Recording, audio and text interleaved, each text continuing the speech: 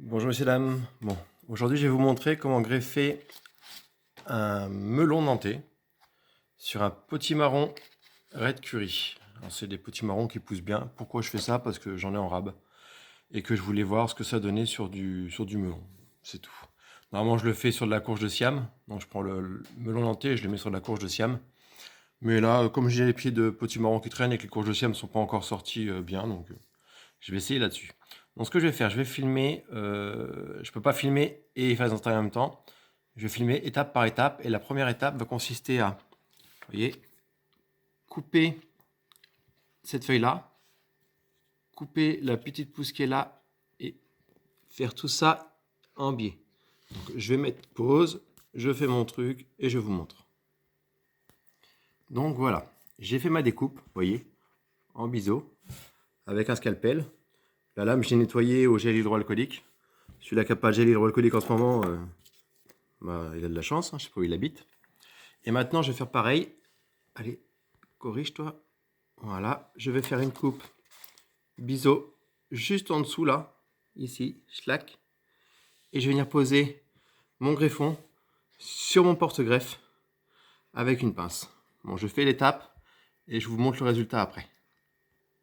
Donc voilà, vous voyez, j'ai taillé mon melon en biseau et je vais venir le plaquer ici, vous voyez, comme ça, avec une pince pour bien la tenir et après je vous expliquerai les prochaines étapes. Donc voilà, alors vous voyez bien, on a le potimarron qui est là et le pied de melon qui est là. Donc je répète, normalement je le fais sur de la courge de Siam parce que c'est une courge qui est très très vigoureuse. Amusez-vous à en planter dans votre jardin, vous verrez. Et je le fais ça parce que j'en ai beaucoup en rab et que je voulais essayer et vous montrer comment on procède à une greffe. En sachant que pour les cucurbitacées, tout ce qui est courge, concombre, cornichon, tout ça, c'est toujours le même procédé. Hein. C'est toujours pareil. Moi, je fais toujours comme ça. Ça a toujours bien marché. La pince, si vous cherchez, sur Amazon. Je ne suis pas sponsor, rien du tout. Hein. C'est juste que c'est là où je les ai trouvées. Elles sont pas chères. Vous en avez vraiment beaucoup, vous voyez. J'ai celle-là. J'ai celle-là. Il y a aussi celles-là qui sont différentes, vous voyez. Elles sont un bec rond, contrairement à celles-là qui ont un bec plat, vous voyez. J'ai pris celle-là pour la courge de pour les courges.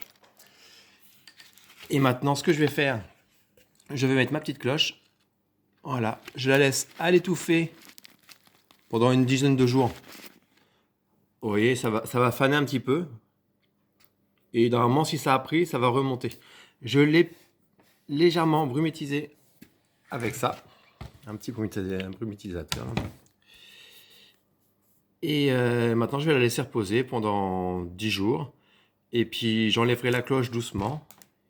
Et si ça prend bien, on aura notre pied greffé petit marron red curry et melon. Voilà, voilà. Je vous tiens au courant dans 10 jours et puis je mettrai la totalité de la vidéo. De toute manière, ça sert à rien de faire une partie puis l'autre en même temps. Donc, je vous souhaite bon courage si vous tentez et à plus tard. Merci.